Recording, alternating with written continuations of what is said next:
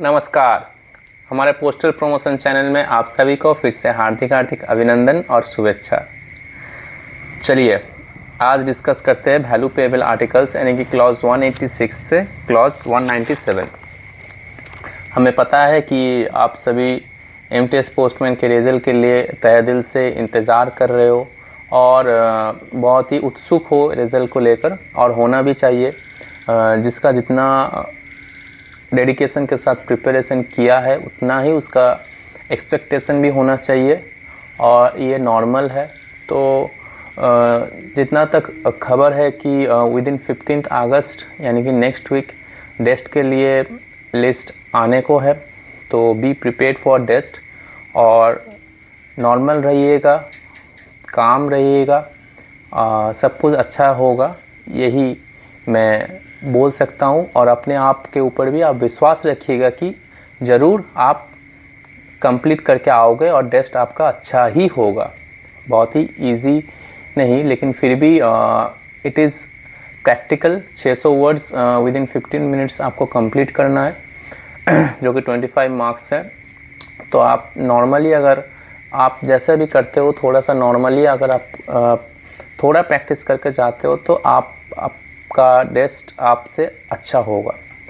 सो चलिए आज के टॉपिक डिस्कस करते हैं।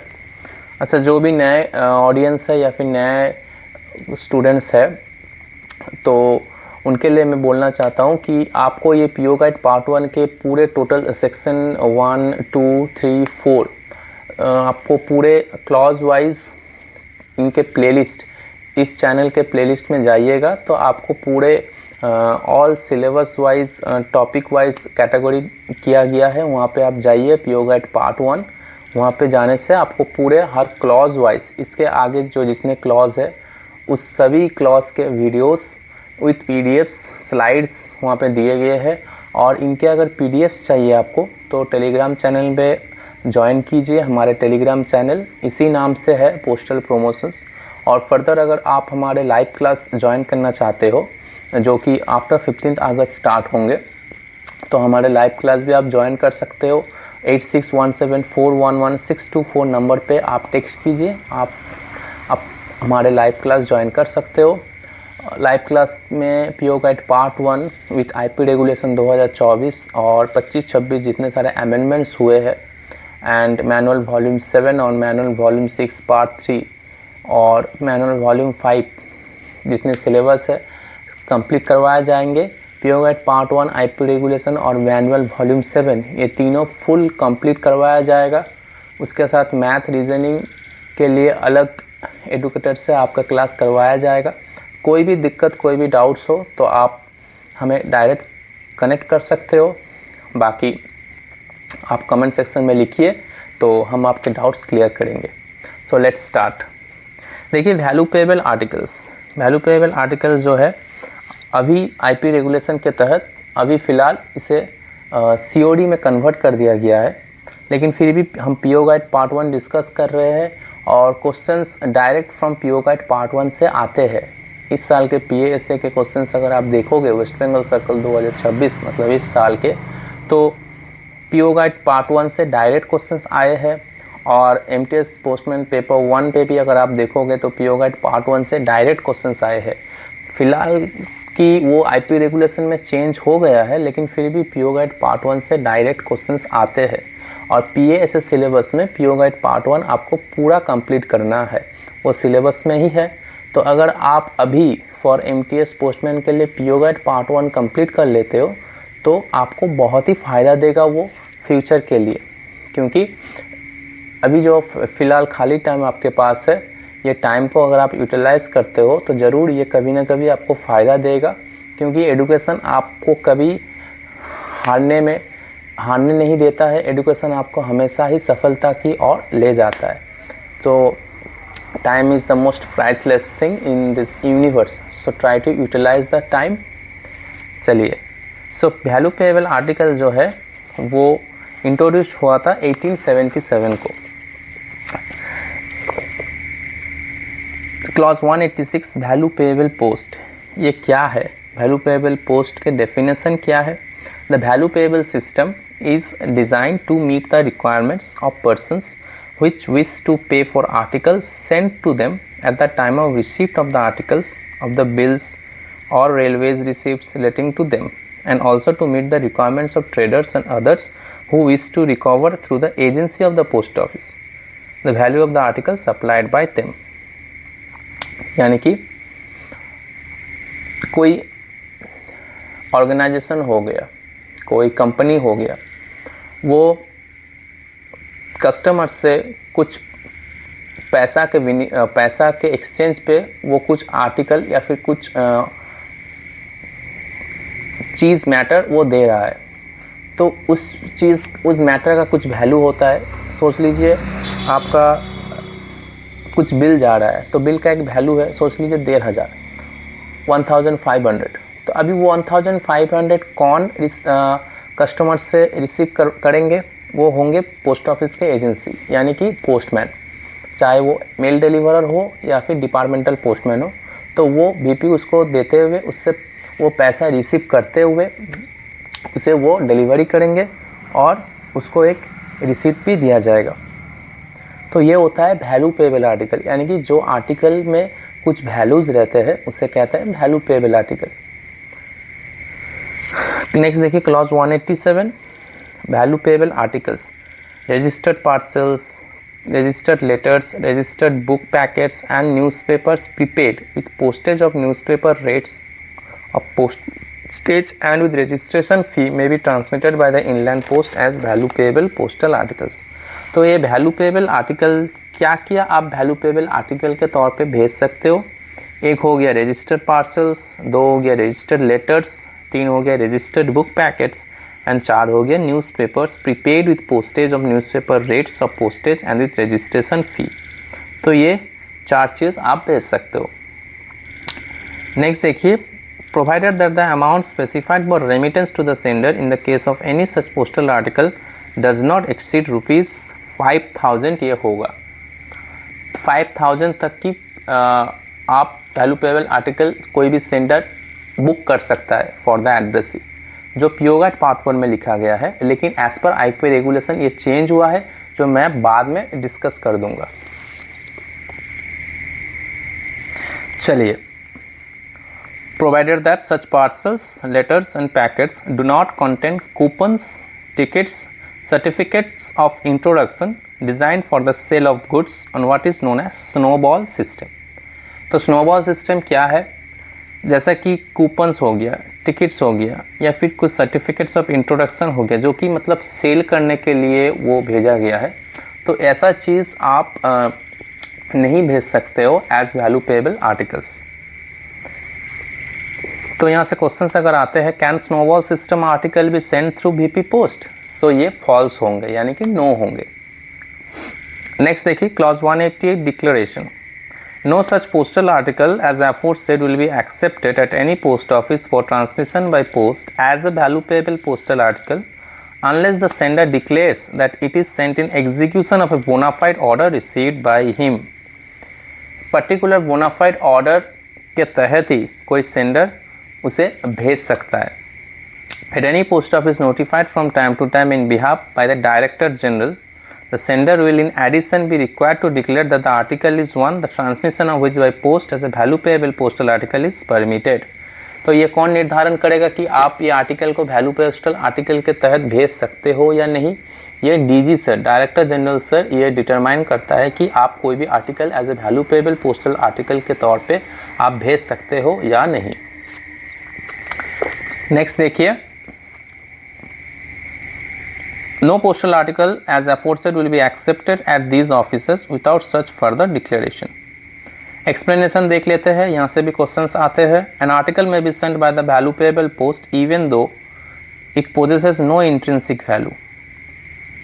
कोई भी आर्टिकल वैल्यू पेबल पोस्ट के तहत आप भेज सकते हो, बल्कि उस आर्टिकल का ट्रू नेचर यानी कि ओरिजिनली उस आर्टिकल का कोई वैल्यू नहीं है, लेकिन फिर भी एज ए वैल्यू पोस्ट आप आर्टिकल को भेज सकते हो.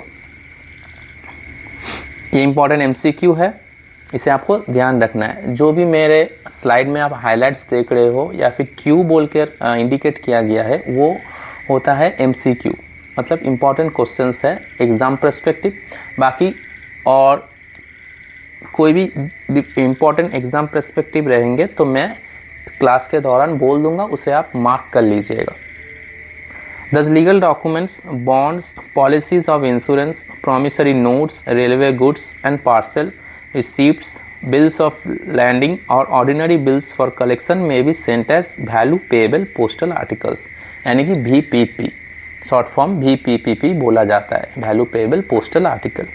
सो क्या क्या आप भेज सकते हो? लीगल डॉक्यूमेंट्स, बॉन्ड्स वगैरह, policies of insurance, promissory notes, railway goods and parcel receipts, ये सारी चीज़ आप as a value payable postal article के तौर पे आप भेज सकते हो। In case of the railway receipt or bill of landing sent as a value payable postal article, it will be sufficient for the purposes of this rule if the article to which railway receipt or bill of landing relates has been sent in execution of a bona fide order. In the case of the other documents specified, the document must be sent in execution of a bona fide order to send the document itself. चलिए, इतना important नहीं है, इसे skip करते हैं। Clause 189, post offices from and to which BP articles may be sent. Value payable postal articles can be posted at any post office, that is money order office, with a few exceptions for transmission to any other post office, that is a money order office. तो value payable postal article आप कोई भी office से post कर सकते हो, चाहे वो मनी ऑर्डर ऑफिस हो या फिर कोई अलग अदर पोस्ट ऑफिसेस हो। आप VPP कोई भी ऑफिस से आप बुक कर सकते हो, जैसे कि नाइट पोस्ट ऑफिस हो गया, मोबाइल पोस्ट ऑफिस, बहुत टाइप ऑफ पोस्ट ऑफिसेस है, तो आप कहीं से भी वैल्यू पेएबल आर्टिकल आप भेज सकते हो। तो देखिए यहाँ पे मैंने कुछ नोट्स लिखे हैं, हैंड रिटन नोट्स, आप देख लीजिए। एज पर IP रेगुलेशन 2024 के तौर पर और उसके साथ जो रिसेंट अमेंडमेंट्स हुए हैं, value payable post VPP is merged with COD, cash on delivery. VPP is renamed as COD retail. इसे अभी वैल्यू पेएबल पोस्ट बोलकर कुछ टर्म अभी नहीं है फिलहाल इन यूज़, अभी इसे कैश ऑन डिलीवरी रिटेल कर दिया गया है।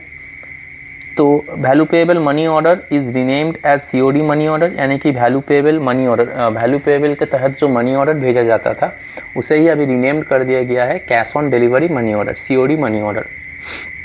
Maximum VP that is COD can be send 10,000 retail, जो कि मैंने 5,000 मैंने बोला हूँ PO Guide पार्ट 1 में 5,000 किया गया है, लेकिन अभी एज पर IP रेगुलेशन उसे 10,000 कर दिया गया है। और maximum VP that is COD can be send for bulk customer, यानी कि यूज फॉर प्राइवेट कंपनीज और जो फर्म्स होते हैं उन सभी के लिए उसे अभी फ़िलहाल 50,000 कर दिया गया है। तो ये जो 4 पॉइंट मैंने लिखे हैं, 4 पॉइंट ही एग्ज़ाम पर्सपेक्टिव के लिए बहुत ही इम्पॉर्टेंट है। चलिए क्लॉज 189 आ जाते हैं। All post offices are money order offices except those that are distinguished in the list of post offices given in part 3 of this guide by the letter D opposite their names। तो सब offices ही money order offices है, लेकिन कुछ exception है, जो जिस offices के आगे D ऑफिस लिखा गया है उस सभी ऑफिसेस में एक्सेप्शन है। तो अभी थोड़ा सा मैंने बताया हूँ यहाँ पे कि ABCD ये क्या होते हैं, व्हाट आर दिस मार्किंग्स, इस सिंबल के मतलब क्या होता है। तो A पोस्ट ऑफिसेस जो होते हैं, जो सब ऑफिसेस के सामने A मार्क्ड क्या रहता है, वो होता है ट्रिपल हैंडेड और above office staffed by a sub post master SPM and 2 और मोर PS पोस्टल असिस्टेंट्स। जो B मार्क्ड पोस्ट ऑफिसेस होते हैं वो होता है double handed post offices staffed by 1 sub post master SPM and 1 PA। Next देखिए, जो C marked post offices होते हैं अ सिंगल हैंडेड ऑफिस होते हैं जो run entirely by a single employ SPM। और जो D मार्क्ड पोस्ट ऑफिसेस है ये कोई भी क्लासिफिकेशन के अंदर नहीं आता है, लेकिन they are restricted branch office, इसे कहा जाता है। जो रेस्ट्रिक्टेड ब्रांच ऑफिसेस होते हैं विथ स्ट्रिक्ट ट्रांजैक्शन सीलिंग्स और structural boundaries where higher value services are restricted, उसे ही कहा जाता है D पोस्ट ऑफिसेस। मतलब उसी पोस्ट ऑफिसेस के सामने D लेटर से उसे क्लासीफाई किया जाता है। चलिए नेक्स्ट आ जाते हैं मैनर ऑफ पोस्टिंग। तो जो एक्सेप्शन होते हैं वो क्वेश्चंस आते हैं। तो एक्सेप्शन क्या है, आप सब पोस्ट ऑफिस से वैल्यू वीपी आर्टिकल आप बुक कर सकते हो। एक्सेप्शन होता है डी, जो ऑफिसेस के सामने डी मार्क किया रहेगा उस ऑफिसेस में आप value payable postal article booking नहीं कर सकते हो। नेक्स्ट आ जाता है clause 190, manner of posting. Every postal article intended to be transmitted by post as a value payable postal article must be presented at the post office with the prescribed printed form in which the sender ये important MCQ है, कौन specify करेगा? Sender must specify the sum to be remitted to himself, fill in the required entries in ink and sign the declaration required by clause 188. The sender must also write clearly on the face of the article itself. क्या लिखेगा वो? In the upper left hand corner of the letters BP followed by an entry in figures and words of the amount for remittance to himself. मतलब कितना amount collect करना है और तुम्हारा कितना रेमिट करना है, मतलब कितना कलेक्ट करना है, ये कौन लिखेगा? सेंडर ही स्पेसिफाई कर देगा। And in the lower left hand corner his own name and full address. तो देखिए मैंने एक पिक्टोरियल डायग्राम दिया है कि कैसे लिखना है, कैसे कहाँ सेंडर के नाम लिखना है और कहाँ एड्रेसी का एड्रेस लिखना है। देखिए स्लाइड में आपको क्लियरली इंडिकेट कर दिया गया है। Note the sender's name and address may be indicated by clear impression of a stamp on the value payable article. Point 2 देखिए, value payable articles will not be accepted unless the town of payment shown in the value payable money order form is the one where the article has been booked. तो value payable articles accept नहीं होगा unless the town of payment, यानी कि कौन कहाँ से payment लेना है वो जब तक कि क्लियरली इंडिकेट नहीं किया जाता है तब तक वो एक्सेप्टेड नहीं होगा। Point 3, a receipt will be given to the person who presents the article. तो जो प्रेजेंट करता है उसे एक रिसिप्ट दिया जाएगा। Next clause 191, booking of value payable articles in bulk. ये तो हो गया अभी सिंगल इंडिविजुअल। अभी बल्क में अगर बुकिंग होता है तो उस केस में क्या होगा? A procedure similar to that indicated in clause 167 for registered article is available for the convenience of firms and other institution posting at least 10 uninsured value payable articles daily। तो ये bulk में deliver posting करने के लिए क्या eligibility है? First होता है at least 10 uninsured value payable articles daily उसे पोस्टिंग करना है। Second, no extra charge will be levied for this facility. Inquiries in this regard should be address to the local superintendent और पोस्ट ऑफिसेस। ये भी important MCQ है। तो इसके लिए कोई एक्स्ट्रा चार्ज उसको बुकिंग उसके ऊपर धार्य नहीं होता है, लेकिन इस केस में अगर कोई इंक्वायरीज होता है या फिर कुछ भी पूछताछ करना हो या फिर कुछ भी एग्जामिनेशन होता है तो इस केस पे जो लोकल सुपरिटेंडेंट होते हैं उन्हीं का राय यहाँ पे माना जाएगा। Next clause 192, conditions. No article will be accepted at any post office for transmission by post as a value payable postal article if it is so small or so covered with writing or sealing works on the address side। यानी कि क्या condition है, आप booking करोगे क्या condition है कि आप किस बुकिंग कैसे करोगे या फिर किस तरीक़ा से करना चाहिए। पहला कंडीशन होता है कि इतना स्मॉल ना हो कि उसमें सेंडर्स या फिर एड्रेस लिखने का जगह ना हो, तो वो वैल्यू पेएबल आर्टिकल के तौर पे नहीं बुकिंग कर सकते हो। Explanation: this rule does not apply to an article which has no address label tied to it, provided that the label is not so small or covered with writing on the address side as to render it impracticable to affix to that side the prescribed official labels of the poster। तो इतना छोटा भी ना हो कि उसमें official levels जो वगैरह होता है, जो बारकोड वगैरह, और अगर कोई स्टैम्प्स एफिक्स करना हो तो वो भी करने के लिए थोड़ा स्पेस छोड़ना ज़रूरी है। तो ऐसा इतना भी छोटा ना हो कि वहाँ पे कोई स्पेस ना हो, तो आप उसे बुकिंग नहीं कर सकते हो। Next, no article on is the amount specified for recovery from the addressee exceeds ₹100 will be accepted at any post office for transmission by post as a value payable postal article unless it is insured for at least the sum specified for remittance by the sender.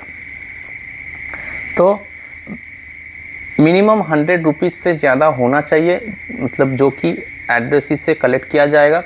अगर 100 से ज़्यादा नहीं होता है तो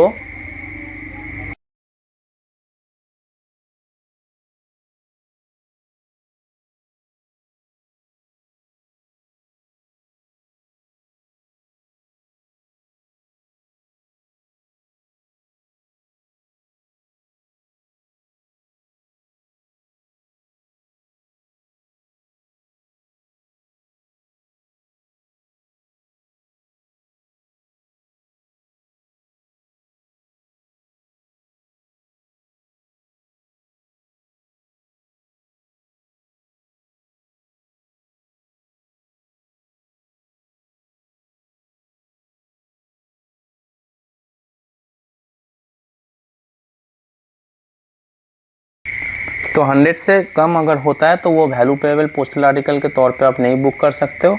exception क्या है, अगर वो इंश्योर्ड हुआ है तो ही पॉसिबल है, नहीं तो normal value payable postal article के तौर पे आप नहीं भेज सकते हो। दिस रूल एक्सप्लेनेशन देख लीजिए। This rule does not apply to value payable letters containing railway receipts. Exception है कुछ केसेस में, अगर वो रेलवे रिसिप्ट्स हो या फिर bills, invoices, documents etcetera that is of no intrinsic value and to value payable packets containing printed papers, books etcetera send under book packet rates. अच्छा, ये जो रूल है 100 रुपीज़ वाला, ये इन सभी पे लागू नहीं होता है। Next clause 193, payment to sender. When the amount due is recovered from the addressee, the sum for payment to the sender will be remitted to him by means of a money order. तो sender को किस तरीके से payment किया जाएगा? Bye means of money order. जो पैसा customer से लिया गया है, अभी उसे सेंडर को पेमेंट करना है, तो बाय डिपार्टमेंट तो कैसे पेमेंट करेगा? By money order. Next, postmaster is authorised to comply with return request from the sender of a value payable articles posted in India to deliver such article to the addressee free or to alter the sum originally specified for remittance to himself provided that such requests are communicated to the office of posting। तो इस note में क्या बोला गया है, जो exam prospective important है, कौन ऑथराइज करता है रिटर्न रिक्वेस्ट देने के लिए? वो होते हैं postmaster. Postmaster is authorise to comply with a return request from the sender of a value payable article. Next clause 194 देखते हैं, detention in office of delivery and levy of demurrage. Detention in office of delivery and levy of demurrage. If the addressee of a value payable postal article omits to take delivery of it within 7 days following the date of its first presentation or the date of delivery to him or to his accredited agent of an intimation of its arrival, the article will be returned to the sender on the 8th day। ये बहुत ही important MCQ है। आप PASM में देख लीजिए PYQ, MTS postman के PYQ देख लीजिए, कहीं ना कहीं आपको ये क्वेश्चंस मिलेंगे ही मिलेंगे। कोई भी सर्कल में आप देखिए ये क्वेश्चंस आपको मिलेंगे ही मिलेंगे। तो कोई भी वैल्यू पेएबल आर्टिकल अगर वो एड्रेसी के लिए एड्रेस हुआ है और वो फर्स्ट अटेम्प्ट में वो डिलीवरी नहीं हुआ है, तो उसको 7 डेज़ के लिए रखा जाता है। After 7 days on the 8th day it is returned to sender। so it is बहुत ही important MCQ, ये आप ध्यान रखिए। provided that if in the meantime the addressee has applied in writing to the post office for the detention of the article for a further period not exceeding 7 days beginning with the said 8 days and pays the prescribed fee, the article shall not be returned to the sender until the expiration of the further period। further period यानी कि और 7 दिन तक रख सकते हो। अगर वो राइटिंग में एप्लीकेशन देता है उस 7 दिन के अंदर, तो एक्स्ट्रा 7 डेज आप रख सकते हो। ये इंपॉर्टेंट MCQ है। देखिए नोट 1 देख लीजिए। If the 7th day following the date on which the article has been presented और intimation of its arrival has been delivered to the addressee और his accredited agent falls on Sunday और post office holiday, the article will be detain until the next working day. अगर वो Sunday गिर जाता है तो next working day तक उसे डिटेन किया जाएगा। If the last day of the period for which the addressee has asked for the detention of the article beyond the first 7 days falls on Sunday, the article will be detained till the next working day and no extra demurrage, मतलब extra कोई फ़ी उनसे collect नहीं किया जाएगा। If the cases, note 3 देखिए, in the case of an article sent out for delivery through a village postman, the period of 7 days will be counted from the date of the intimation of its arrival to the addressee or his accredited agent। तो village postman के लिए भी same rule है, 7 दिन तक उसे रखा जाएगा। नेक्स्ट देखिए clause 195, insurance of a VP articles. The value declared for insurance need not correspond with the amount specified by the sender for remittance to himself. अच्छा, VP आर्टिकल्स इंश्योरेंस करने का क्या प्रावधान है या फिर कब आप कर सकते हो? The value declared for insurance need not correspond with the amount specified by the sender for remittance to himself. Thus in the case of a watch returned after repairs per value payable post to its owner, the amount to be remitted to the sender of the watch would be only the cost of repairs while the sum insured would represent the value of the watch itself। तो value payable post के तौर पे अगर जो sender insurance कर रहा है तो उस केस पे तो यह देखिए एक घड़ी का एग्जाम्पल दिया गया है। अगर वो घड़ी रिपेयर होकर आता है तो सेंडर को जो अमाउंट रिपेयर हुआ है उसका अमाउंट दिया जाएगा, लेकिन घड़ी का जो अमाउंट है उसे घड़ी का जो एक्चुअल अमाउंट है सेंडर को वो एक्चुअल अमाउंट के लिए इंश्योरेंस करना पड़ेगा। तो ये होता है insurance of BPA articles. Next clause 196 complaints regarding value payable articles. अगर कोई कंप्लेन होता है तो वो कहाँ करना है या फिर किस तरीक़ा से कंप्लेन करना है regarding value payable articles. Whenever the sender article addressee of a value payable postal article VPP makes a complaint regarding the delivery of or payment for the value payable postal article, he will be entitled to have an enquiry made by the post office on paying the prescribed fee। तो वो inquiry कर सकता है, लेकिन उसके लिए उसे कुछ प्रेस्क्राइब्ड फ़ी पेमेंट करना है। The fee will be paid by means of A postage stamps और stamps affixed to the letter of complaint। This fee will be refunded in cases where the complaint was found to be well grounded। तो ये जो फ़ी वो देंगे by means of, मतलब किस तरीक़ा से देंगे, पोस्टेज स्टैम्प्स या फिर stamps affixed to the letter of complaint। Letter of complaint के साथ ही पोस्टेज स्टैम्प्स के तहत ये फीस देंगे। And this fee will be refunded in cases where the complaint was found to be well grounded. अगर complaint सही लगा है और आप सही चीज़ के लिए कंप्लेन किए हो जो जेन्युइन है, तो उसके लिए आपको ये फ़ी रिफ़ंड भी किया जाएगा। Next, the complaint will be required to furnish full particulars regarding each value payable articles.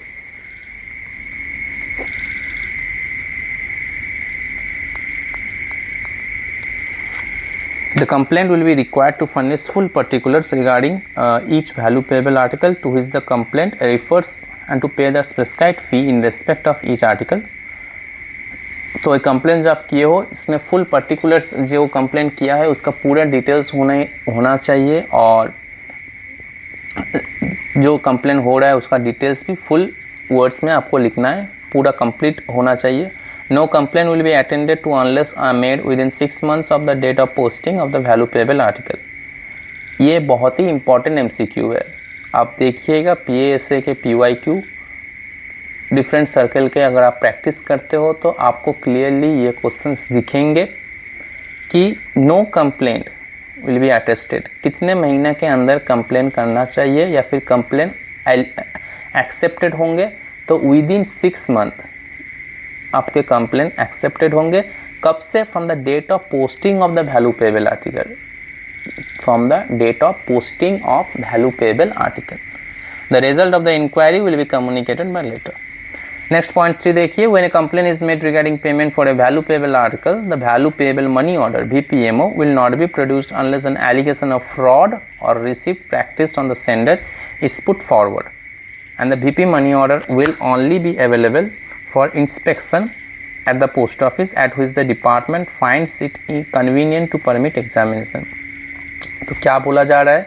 when a complaint is made regarding payment for a BP article, तो BP मनी ऑर्डर जो है वो प्रोड्यूस मतलब नहीं दिया जाएगा unless an allegation of fraud या फिर इस तरीक़ा से कुछ चीज़ एलिगेशन हुआ है कुछ आर्टिकल के ऊपर, तो उसे आपको डिलीवरी नहीं होंगे। And the VP money order VPMO जो कि अभी CODMO हो गया है will only be available for inspection at the post office at which the department find its convenient to permit examination. तो एग्जामिनेशन होने के बाद, इंस्पेक्शन होने के बाद ही उसे डिलीवरी किया जाएगा। Next point 4, if A complain is made by the addressee immediately after the receipt of a value payable postal article that it was sent dishonestly or fraudulently, the head of the circle may, if he is satisfied that there are prima facie grounds for believing that the value payable postal article was sent with the intention of defrauding the addressee, जो कि ये बहुत cases हुआ है, पहले होते थे, branch offices में आते थे कि आपके सोना के अंगूठा आया है या फिर आपको कुछ गिफ्ट्स आए हैं, लेकिन जब वो ओपन होता था तो उसमें कुछ कॉपर के अंगूठे या फिर कुछ फ्रॉड वगैरह, कुछ चीट वगैरह, चीटिंग के कुछ केसेस बहुत सारे हुए हैं। येलो कलर के एनवेलप्स में आते थे, आई थिंक सो। तो उस केस में अगर एड्रेसी को लगता है कि उसके साथ डिसऑनेस्ट हुआ है या फिर फ्रॉड हुआ है, तो उस केस में वो हेड ऑफ द सर्कल यानी कि चीफ PMG सर उनको वो एड्रेस करते हुए बता सकता है If after making such inquiries as may be necessary, he is fully satisfied that the value payable postal article was sent with this intention, he may order the return of the article to the sender and refund to the addressee the sum of money recovered from him on delivery of the value payable postal article. तो उस case में उसे refund भी किया जा सकता है उसके जो अमाउंट लिया गया था। नेक्स्ट एक्सप्लेनेशन देखिए, impression of a stamping machine made by a competent authority shall be tantamount to affixing stamps of corresponding value. Next clause 197, next clause 197 आ जाता है responsibility of the post office. तो इस VP article के case पे post office का क्या दायित्व है। Now the central government shall not incur any liability in respect of the sum specified for remittance to the sender in respect of a value payable postal article unless and until that sum has been received from or for remittance to the sender in respect of a value payable within 6 months from the date of posting of the article। वही same चीज़ 6 महीने के अंदर अगर कुछ cases आता है या फिर कुछ केस होता है, कुछ भी दिक्कत कोई भी कंप्लेन आता है तो उसे देखा जाएगा। 6 मंथ के बाद कोई भी ऐसा केसेस नोटिस नहीं किया जाएगा। तो पोस्ट ऑफिस ऐसा कुछ दायित्व यानी कि लाइबिलिटी नहीं लेता है बीपी आर्टिकल के केस पे, चाहे वो सेंडर को मिले या फिर एड्रेसी को पेमेंट करना पड़े। तो लेकिन अगर कुछ कंप्लेन होता है तो 6 महीना विदिन 6 मंथ के अंदर जो भी कंप्लेन होता है तो उसे ग्रहण किया जाएगा। तो ये रहा हमारे क्लॉज 186 टू 197। बाकी आपको अगर कोई भी पार्ट या फिर कोई भी टॉपिक आपको लगा है कि मैंने गलत बताया है या फिर गलत इन्फॉर्मेशन शेयर किया है तो आप चाहे तो आप कमेंट सेक्शन में मुझे बता सकते हो ताकि मैं अपना गलतियाँ सुधार सके। और अगर अच्छा लगा हो तो please subscribe the channel and do comment and give a like to us, क्योंकि आपका कमेंट और आपका सब्सक्रिप्शन से ही हमें मोटिवेशन मिलता है। और फर्दर कोई भी डाउट्स हो रिगार्डिंग एग्ज़ाम्स तो आप मुझे डायरेक्ट मैसेज भी कर सकते हो या फिर कमेंट सेक्शन पे आप टाइप भी कर सकते हो। सो थैंक यू मेरे साथ जुड़े रहने के लिए, ये वीडियो पूरा देखने के लिए बहुत ही धन्यवाद, शुक्रिया, जय हिंद।